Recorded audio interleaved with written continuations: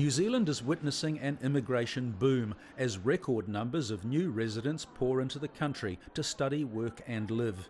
But now the government is putting the brakes on by restricting the entry of low-skilled people.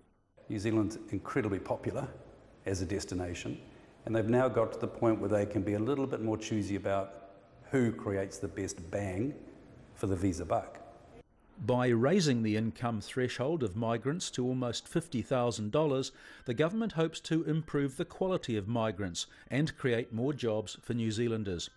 But employers could struggle to find enough local workers to take low-paid jobs, such as construction labourers and healthcare workers.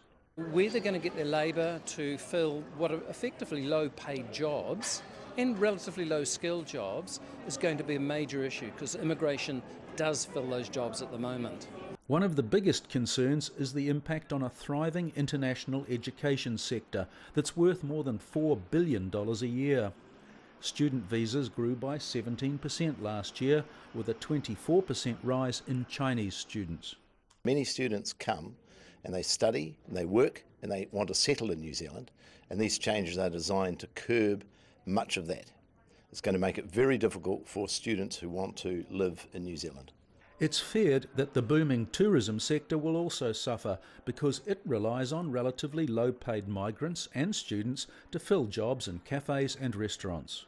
It's really about who's going to miss out, and it's going to be predominantly international students, younger migrants looking to transition through to residency, and the door has pretty much been closed on most of them.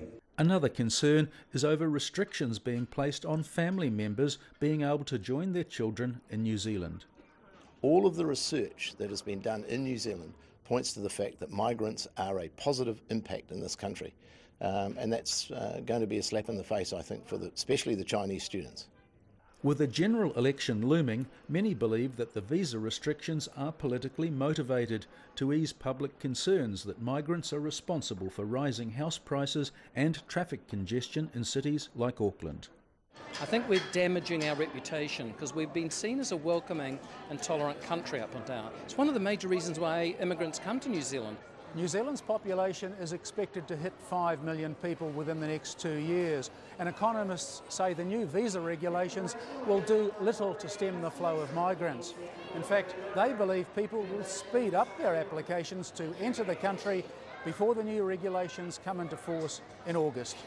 Owen Poland in Auckland for CGTN.